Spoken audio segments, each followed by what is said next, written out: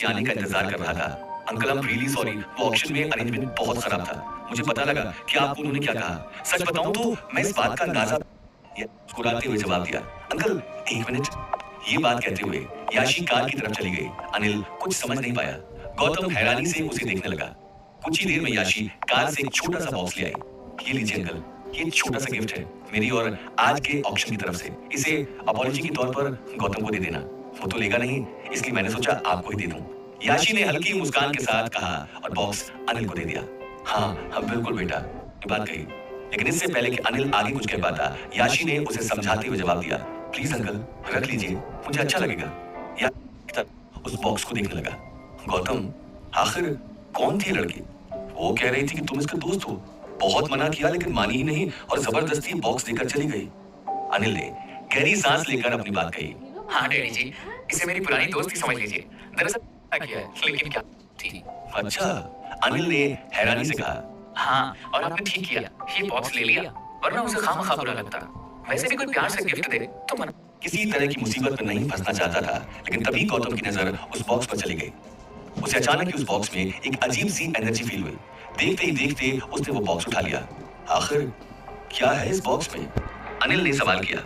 गौतम ने कुछ ही देर में उस बॉक्स को खोल दिया, लेकिन जैसे जैसे वो उस बॉक्स की पैकिंग को हटा रहा था, उसे फील हो रही एनर्जी बढ़ रही थी। साथ ही उसकी हैरानी भी बढ़ती जा रही थी। तभी उसे बॉक्स के अंदर एक रेयर सैंडलवुड का टुकड़ा दिखाई दिया। उस रेयर टुकड़े को देखते ही गौतम की आंखों में एक अजीब सी चमक आ गई। वो उस टुकड़े को देखते ही समझ गया था कि उस टुकड़े की कीमत लगभग 5-6 करोड़ थी। लेकिन अनिल के लिए उस टुकड़े को समझ पाना और उसके बारे में जान पाना बहुत मुश्किल था। एक पत्थर का टुकड़ा, मुझे लगा कुछ बड़ी और अच्छी चीज दी होगी इन लोगों ने, लेकिन ये तो सिर्फ एक मामूली सा टुकड़ा है। अनिल ने अनजाने में ही कहा। नहीं डैडी जी, ये पत्थर नहीं, बहुत रेयर सैंडलवुड है।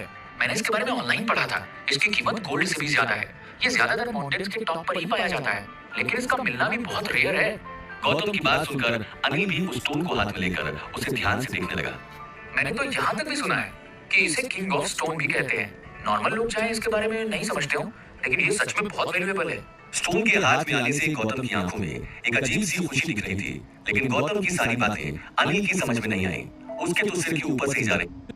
मुझे भी एंटीक चीजों का बहुत शौक है, लेकिन इसमें मुझे कुछ अलग नहीं लगा। बात ने कुछ बड़ी मदद की होगी तभी लेकिन घर के अंदर जाते ही गौतम को सामने गीता बैठी हुई दिखाई दी।